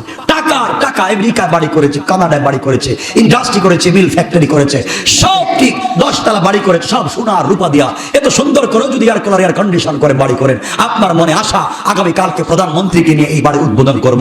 উদ্বোধন করবার জন্য আপনি গাড়িতে উঠবেন, বাসায় ঢুকবেন, উদ্বোধন হবে, বক্তৃতা আপনার নাম ঘোষণা করা হয়েছে, অমুক বাড়িটা নির্মাণ করেছেন, আপনি আসেন, 1000 কোটি টাকা দিয়ে বাড়ি বানাইছেন, কি কি ম্যাটেরিয়ালস ব্যবহার করেছেন, মাইকে একটু বলেন। আপনি চেয়ার ছেড়ে মাইকের সামনে আসবেন, বিসমিল্লাহ বলে শুরু করবেন। মাইক্রোফোনের নিচে আজরাইল বসে আছে, মাইক্রোফোনের নিচে আজরাইল বসে বলতেছে, আল্লাহ ও তো এখনই বক্তৃতা করে বলবো কত টাকা দিয়ে বাড়ি করছে, আমসিক আও আত্রুক, আপনি বলেন ওকে কি ছাইড়া দিব না ধর্ম? আল্লাহ বলছেন, কথা বলার আগে ধর, কথা বলার আগে ধর। কোথায় যাবেন? কোথায় যাবেন? আজরাইল থেকে কেমনে বাঁচবেন? একটাবার চিন্তা করলেন না? বড় দরদ নিয়ে আপনাদেরকে ভালোবেসে কথাগুলো বলতেছি। জীবন চেঞ্জ করে ফেলেন, জীবনটাকে চেঞ্জ করে ফেলেন। আল্লাহর ওয়াস্তে সব বাদ দিয়ে দেন। কার পিছনে ঘুরতেছেন? ইলা আজালিন করিব। আপনি চিন্তা করতেছেন কালকে দোকান খুলবেন, চায়না থেকে নতুন মাল আসবে, জাপান থেকে পার্টস আসবে, জার্মান থেকে ঔষধ আসবে, আপনি কালকে বিক্রি করবেন। 2-4টা পার্টির সঙ্গে টেলিফোনে কথা বলেছেন, কালকে আমার গুদামে আসবেন, আপনাকে মাল বুঝিয়ে দিব, কালকে আমার ফুটে আসবেন, আপনার হাতে গাড়িটা আমি ডেলিভারি করব। আল্লাহ বলছেন, গোলাম ঘুম থেকে উঠতে দেব না। তুই ঘুমাবে, ঘুম থেকে উঠতে দেব না, ঘুমের ভিতরে আজরাইলকে পাঠিয়ে দেব। কত ভাই তোমার আমার সঙ্গে দেখা করে ঘুমায়, ঘুম থেকে আর উঠে না। কথাগুলো কি বুঝতেছেন আমার? কথাগুলো কি বুঝতেছেন আমার?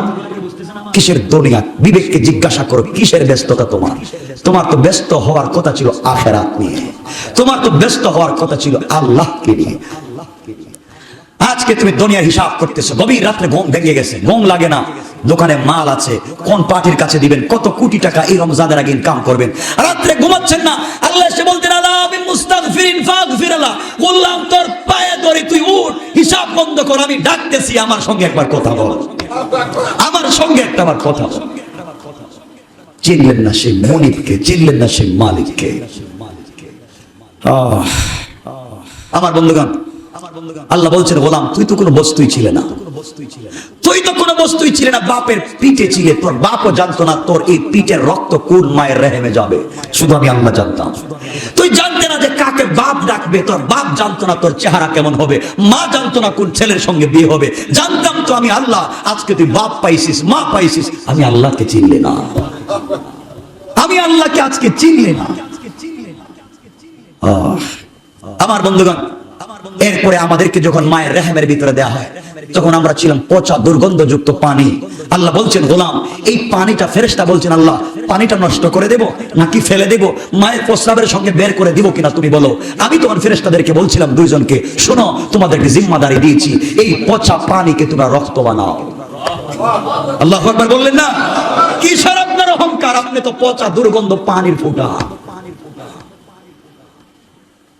ফেরেশতারা যখন রক্ত বানালো, আরো দুইজন ফেরেশতাকে নতুন নিয়োগ দিলেন আল্লাহ। এরা এসে বলছে, আল্লাহ এই রক্তগুলাকে কি আমি জমাট বেঁধে ধ্বংস করে দিব?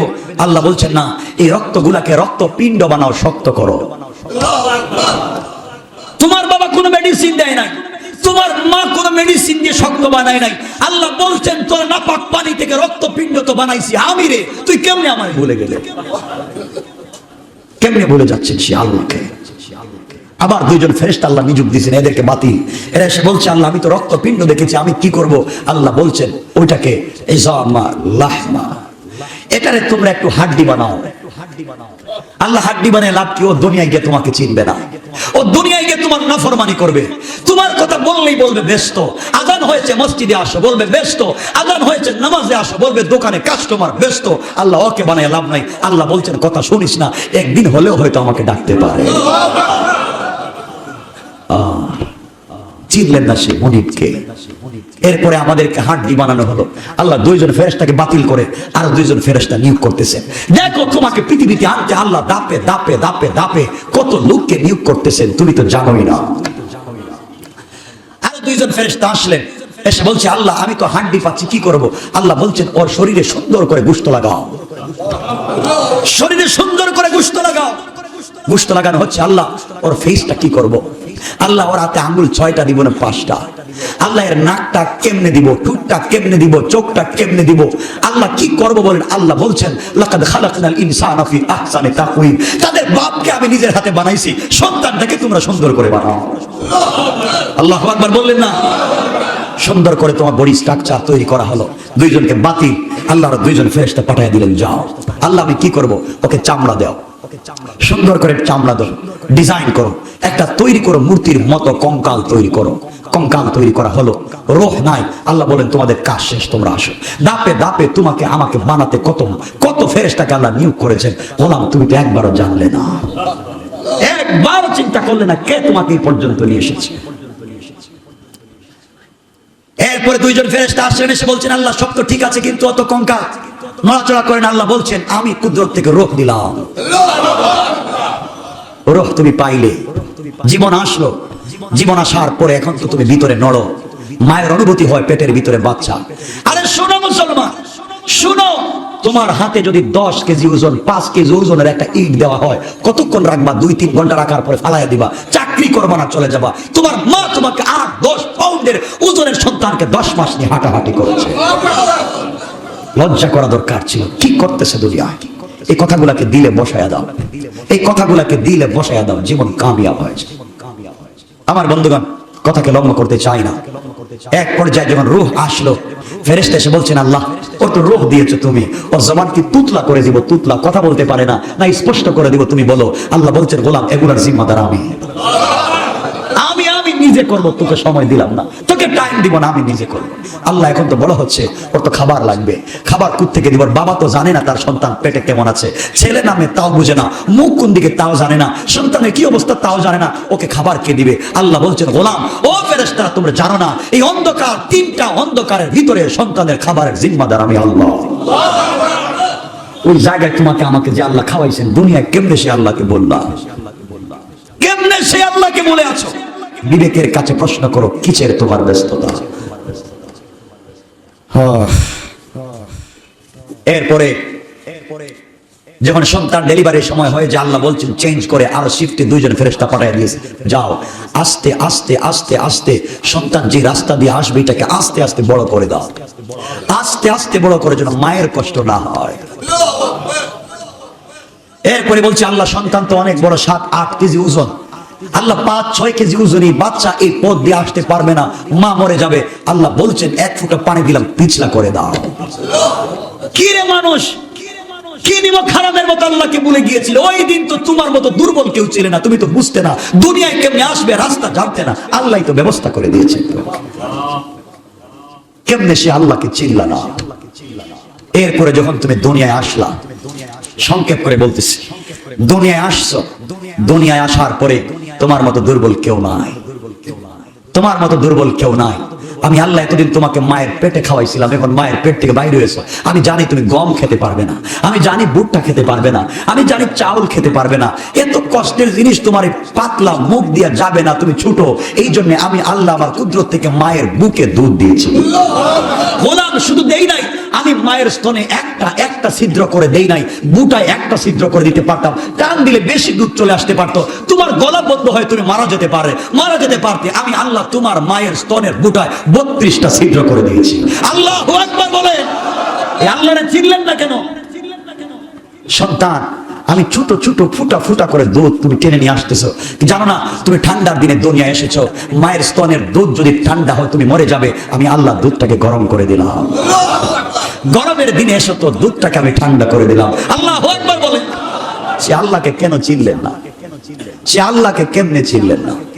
আল্লাহ বলছেন, গোলাম এরপরে তুই আস্তে আস্তে বড় হতে লাগলি, কিন্তু জানিস তোকে যখন কেউ চিনতো না, আমি তোর মায়ের ভিতরে, বাবার ভিতরে, আত্মীয় স্বজনের ভিতরে এত মোহাব্বত তোর ব্যাপার ঢুকাই দিয়েছি, তুমি না ঘুমাইলে তোমার মা ঘুমাইতে পারে না, তুমি না খাইলে বাড়ির সবাই পাগল থাকে, বাচ্চাটা খায় না কেন? তুমি একবার কান্না করলে তোমার মা বাবা রাত জেগে থাকে, বাচ্চা কান্না করে কেন? দিলের ভিতরে তামান্না, দিলের ভিতরে ভালোবাসা তৈরি করেছি তো আমি, আর কেউ করে না। এত কিছুর পর আল্লাহ বলছেন, গোলাম এত কিছু করলাম, আস্তে আস্তে আস্তে আস্তে হাঁটা শিখলি, আস্তে আস্তে বড় হতে লাগলি, বড় হয়েই প্রথমে ডাক দিলি মা, বড় ব্যথারে গোলাম, একটা বার আমি আল্লাহকে ডাকলে না। এত কিছু করলাম, তুই তোর মায়ের কাছে বসে, বাবার কাছে বসে কেমনে ভুলে গেলে আমাকে, যে এত কষ্ট করে তোকে আনলাম দুনিয়ায়, এসে তোর মার বাপকে ডাকলে আমাকে চিনলে না। এরপরে আমি আল্লাহ অসন্তুষ্ট না, আমি আল্লাহ বেজার না, বড় হ দেখি কি করস। কেমনে সে আল্লাহকে বলে যাও, কেমনে সে আল্লাহকে মনে করো না। এরপরে সন্তান তো বড় হতে লাগলো, হাঁটা শিখেছে, সন্তানের জবান খুলেছে, কেউ দাদা ডাকায়, কেউ মা ডাকায়। আল্লাহ বলেন, গোলাম আমি বসে আছি, কোন দিন তুই একবার বলবে আল্লাহ, আর আমি যে তোকে এত বড় করেছি সব ব্যথা দূর হয়ে যাবে। আল্লাহু আকবার। আমি তো এই চিন্তায় আছি, কোন দিন আমাকে একবার আল্লাহ বলে ডাকবে।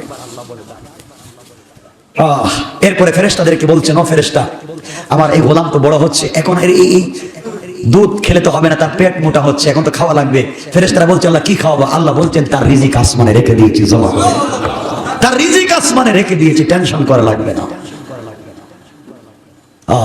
পৃথিবীর সন্তানকে যাই খাওয়ান, আজও মায়ের দুধের বিকল্প পৃথিবীর কোন বিজ্ঞানী, চিকিৎসা বিজ্ঞানী বের করতে পারে নাই। পৃথিবীর সকল খাবারে ফরমালিন থাকতে পারে, মায়ের দুধে কোনো ফরমালিন নাই। কে করেছে? চিৎকার করে বলেন কে করেছে? আওয়াজ করে বলেন কে করেছে? কেন সে আল্লাহকে চিনো না? কেন সে আল্লাহকে চিনো? এরপর আল্লাহ বলছেন, গোলাম এত ব্যস্ত ছিলাম তোকে নিয়ে আসতে, কখন কি হয়ে যায়, কখন কি হয়ে যায়, ডেলিভারির সময় তুই মরস নাকি তোর মা মরে, এত এত সেনসিটিভ একটা ব্যাপার, তোকে দুনিয়া নিয়ে আসলাম। আস্তে আস্তে বড় হলে, আস্তে আস্তে বড় হলে, স্কুলে যাওয়া শিখলে, স্কুলে গিয়েই তুই পড়লে দেয়ার ইজ নো গড। তুই স্কুলে গিয়েই বললে আল্লাহ বলতে কিচ্ছু নাই। আমি কেমনে নিজের মনকে বুঝাই, এত কষ্ট করে দুনিয়া আনলাম, বড় হইয়া বললে আল্লাহ বলতে কিচ্ছু নাই। কেমনে বুঝাই আপনাদেরকে কথাগুলা, কেমনে বুঝাই? আল্লাহ বড় আফসোস করে বলছেন, ইয়া আইয়ুহাল ইনসান, হে মানুষ, মা গাররাকা বিরাব্বিকাল কারীম, কে তোকে ধোঁকা দিল? আজকে আমাকে ভুলে গেলে, অথচ আমি ছাড়া তোর কেউ ছিল না। কেমনে ভুলে যান? কেমনে ভুলে যান? আস্তে আস্তে আমি আপনি বড় হলাম। এই বড় হওয়ার পর থেকে আল্লাহর সঙ্গে আমার আপনার সম্পর্ক কেমন? ফেরেশতারা আল্লাহকে বলে, আল্লাহ বলছিলাম তো তোমার কথা শুনবে না, বলছিলাম তোমার কথা মানবে না, এখন বড় হইয়া দেখো তোমাকে মানে না, তোমার বিরুদ্ধে স্লোগান দেয়। আল্লাহ বলছেন, থাম না, দেখি না একদিন আমি প্রতিদিন দরজায় গিয়ে ডাকবো, আল্লাহ আমি মুস্তাগফিরিন ফাগফির আল্লাহ, আল্লাহ আমি মুস্তারজিকিন ফারজুক আল্লাহ। আমি ডাকবো, একটা দিন দেখি না ডাকতে ডাকতে দরজা খুলে কিনা। আর তাহাজ্জুদের জায়নামাজে দাঁড়াইয়া একটা বার চোখের পানি ছেড়ে একবার ডাক দিয়া বলবে, আল্লাহ, আর আমি কথা দিলাম গোটা জিন্দেগির গুনাহ মাফ করে দিলাম। কেন সে আল্লাহকে চিনলেন না? কেন সে মালিককে চিনলেন না? সুতরাং আর দেরি করতে চাই না, এখন আপনি আমি বড় হচ্ছি, এই জায়গায় রেখে দিতে চাই। আল্লাহ বলছেন, গোলাম ইয়া আইয়ুহাল্লাযীনা আমানু লা তুলহিকুম আমওয়ালুকুম ওয়ালা আওলাদুকুম আন যিকরিল্লাহ। গোলাম এখন বড় হলি, বড় হইয়া তুই বলবে তোর সন্তান, বড় হইয়া তুই বললে তোর সম্পদ, আমি আল্লাহকে ভুলে গেলি, আমার কিছু নাই।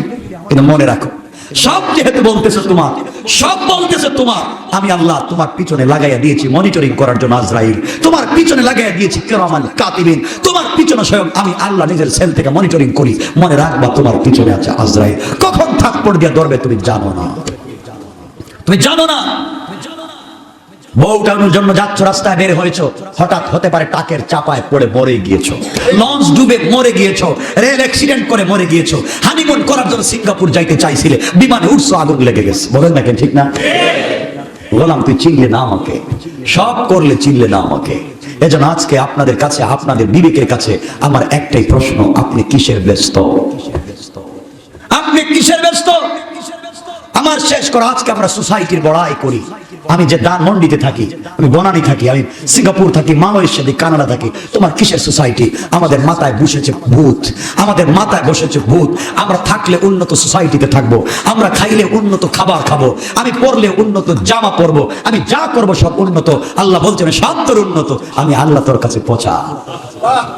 আমাকে চিনলে না গোলাম, সব তোর উন্নত, একদিন সব পড়ে থাকবে। আপনি দেখেন আহসানুল্লাহ মাস্টার নাই, সব আছে। আজকে চৌধুরী বাড়ির চৌধুরী নাই, চৌধুরী বাড়ি আছে।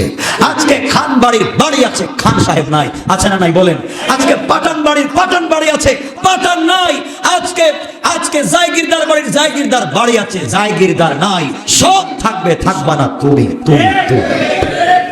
মরার আগে খবর লইয়া কবরে যাইও, মরার আগে এগুলো যাই না শুনে কবরে যাইও, যে কোথায় যাচ্ছ, কোথায় ছিল, কি করে যাচ্ছ। মরার আগে আল্লাহর সঙ্গে হিসাব মিলাইয়া যাইও। আজকে আমার দায়িত্ব আদায় করলাম, আপনাদের মানসিকতার মধ্যে কথা বুঝাইয়া দিলাম। কিসের ব্যস্ত তুমি? সব বাদ দাও, ব্যস্ত হও আল্লাহর জন্য। আল্লাহ বলছেন, গোলাম তুই শুধু আমার সঙ্গে সম্পর্ক কর, তুই শুধু আমার সঙ্গে সম্পর্ক কর, গোটা দুনিয়াকে তোর সাথে সম্পর্ক করাইয়া দেওয়ার দায়িত্ব আমার। সুবহানাল্লাহ বললেন না? সুতরাং আজকে আমি আপনাদের সঙ্গে আল্লাহর সম্পর্ক করাইয়া দিতে চেষ্টা করেছি। আমি বোঝাতে চাইছি, আপনি কিসের ব্যস্ত? সব ভুলে যাও, সব ভুলে যাও। মত আশেপাশে, এই মসজিদে আমরা নামাজ পড়তেছি, আমি আপনি জানি না আমার পিছনে আজরাইল আছে না নাই। আপনি জানেন গত সপ্তাহের একজন ইমাম সাহেব ঈশা নামাজের 2 নম্বর রাকাতের সেজদায় গেছেন, আর উঠেন নাই, মারা গিয়েছেন। এই ঢাকা শহরের ইমাম সাহেব 2 নম্বর সেজদায় গিয়ে উঠতে পারেন নাই। আপনি ওয়াশরুমে গিয়েছিলেন গোসল করবার জন্য, কত ভাই ওয়াশরুম থেকে বাইরে হয় না। কথা বলেন না কেন? তা আপনি কিসের অহংকার করেন? আল্লাহ তো বলছেন কিসের অহংকার? এত কিছু করলে সব করলাম আমি, মানা না মানা আপনার দায়িত্ব। আল্লাহকে চিনেন, দুনিয়া সাকসেসফুল, ফাকাদ ফাজা ফাওজা, আপনি কামিয়াব দুনিয়া এবং আখিরাতে। আজকে আপনি এত ইনকাম করেন, ঘরে শান্তি নাই, ঘরে শান্তি নাই, বউ কথা শুনে না, বাচ্চা কথা শুনে না, মনের ভিতরে এত টেনশন, সব বাদ দাও, আল্লাহর জন্য পড়ে থাকো, সব দূর করে দিবেন আল্লাহ। পারবা তো ইনশাআল্লাহ? কথা বলে মনে থাকবে তো ইনশাআল্লাহ? আমার জন্য দোয়া করবেন আপনারা, আমিও আপনাদের জন্য দোয়া করি।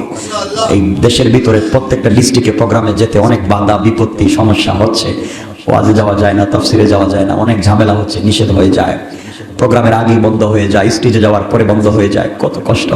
তা আমি আসলে যা কথা বলি, আপনারা জানেন আমি কোনো দল করি না, আমি কোনো দলের সাধারণ সদস্য না, আমি শুধুমাত্র কথা বলি আল্লাহর ওয়াস্তে, আমি শুধুমাত্র কথা বলি আপনাদের দরদ নিয়ে, যেন আমি যাদেরকে কথা বলতেছি তারা যেন আমার কথাগুলো বুঝে আল্লাহর সাথে সম্পর্ক করে। এছাড়া আমার আর কোনো দায়িত্ব নাই। যেন আল্লাহর ওয়াস্তে কথাগুলো বুঝে জান্নাতের জন্য তৈরি হন, জান্নাতের জন্য তৈরি হন। আল্লাহ আমাদেরকে বাঁচাক, আমিন। আজকে তাফসীর হবে না, আজকে আমার প্রোগ্রাম ছিল গাজীপুরে। মন মানসিকতাও ভালো না, কেন জানি খারাপ। তো আপনারাও তো বুঝেন কিছু কিছু কেন কেন খারাপ হয়। তো সবকিছু মিলে দোয়া করবেন আল্লাহ যেন আমাদের দেশটাকে হিদায়াত দান করে। সবাই বলেন আমিন। দিলের ভিতরে একটা কষ্ট হচ্ছে, 1000 বছরের ঐতিহ্য হচ্ছে বাংলাদেশের, ঘাটে হাটে মাঠে তাফসীর মাহফিল হয়, যুবকেরা পাবলিক পাগলের মতো পঙ্গপালের মতো হাজার হাজার লাখ লাখ মানুষ প্রোগ্রামে আসে। জানি না কার কোন অপরাধে, জানি না কার কোন অন্যায়ের কারণে হাটে মাঠের এই প্রোগ্রাম যদি বন্ধ হয়ে যায়, মানুষ বেদিন হয়ে যাবে, বেদিন বেদিন বেদিন। মানুষের ভিতরে দিন থাকবে না, মানুষ ঈমান হারা হয়ে যাবে, মানুষ ঈমান হারা হয়ে যাবে। এই জন্য আজকে তাফসীরে আসবেন, চিন্তা করলাম গাজীপুর গিয়ে আজকে মানুষের বুঝাই লাভ নাই, বুঝাবো নারীর দায়। থাকবেন না তাফসীর ইনশাআল্লাহ? সবাই বলেন থাকবেন তো ইনশাআল্লাহ? কিন্তু আজকে তাফসীর শুধু আপনাদের জন্য না, মায়েদের জন্য, আমার বোনদের জন্য আজকে তাফসীরের ব্যবস্থা থাকবে। এই জন্য আমিও তাফসীরে আসবো, আমার মাকে, আমার বোনকে, আমার ছেলে, আমার মেয়েকে, সবাইকে নিয়ে আসবো ইনশাআল্লাহ। মহিলাদের তাফসীর শুনবার আজকে ব্যবস্থা থাকবে ইনশাআল্লাহ। এশার নামাজ কয়টা? 7:30টায় ঈশার জামাত হয়, আমরা এই সময়ের ভিতরে পৌঁছে যাব ইনশাআল্লাহ। এতক্ষণ বললাম এই কথাগুলা, এখন আপনাদেরকে বলি, আমি বলছি আল্লাহ বলছেন গোলাম সম্পদের হিসাব করতেছিস ঠিকই, কিন্তু ইলা আজালিন কারীব, মওত তোর কাছাকাছি, মরে গেলে কিচ্ছু থাকবে না। থাকবে? কথা বলেন। আমাদের নারিন্দায় দীর্ঘদিন থেকে লাশ গোসল করাবার মতো, দেখেন অনেকের কোটি টাকার ফ্ল্যাট আছে, কোটি টাকার বাড়ি আছে, মরে গেলে তাকে গোসল করাবার মতো জায়গা নাই, ঠিক না? মরে গেলে গোসল করাবার মতো জায়গা নাই। আফসোসের কথা, শেষ গোসলটা তাকে ঠিক মতো দেওয়া যায় না, ভালো একটা জায়গা পাওয়া যায় না।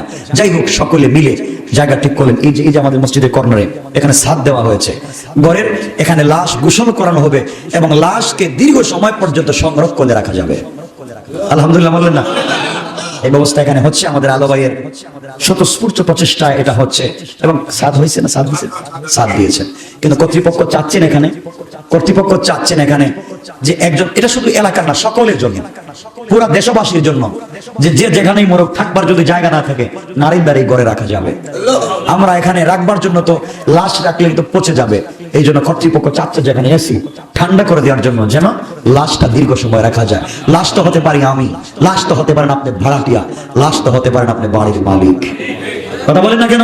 আমি নারিন্দা ওয়ারি আমার এই এলাকার স্থায়ী ভাইদেরকে বলছি, আপনিও লাশ হয়ে এই ঘরে থাকতে পারেন।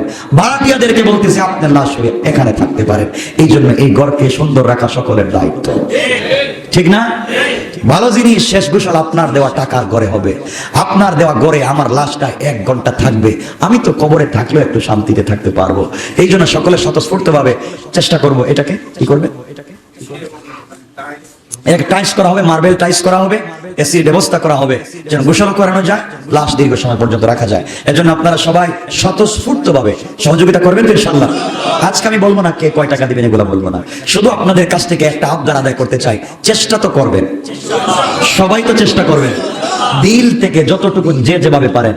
এটা আপনার ঘর হতে পারে, আমি মারা গেলে আমারও হতে পারে, আমার লাশটাও এখানে রাখা লাগতে পারে, হতে পারে আমার লাশও এখানে গোসল হতে পারে, পারে না? এই জন্য মালিক হন বাড়ির, ভাড়াটিয়া হন বাড়ির, আর এই মসজিদের মুসল্লি হন। সবাইকে বলছি, সবাই স্বতঃস্ফূর্ত ভাবে সহযোগিতা করবেন। মসজিদ কর্তৃপক্ষ আছেন, সবাই যার যার মতো করে কর্তৃপক্ষের কাছে সহযোগিতা পৌঁছায় দেবেন। আপনার দানে হয়তো আমার লাশটা এখানে থাকবে।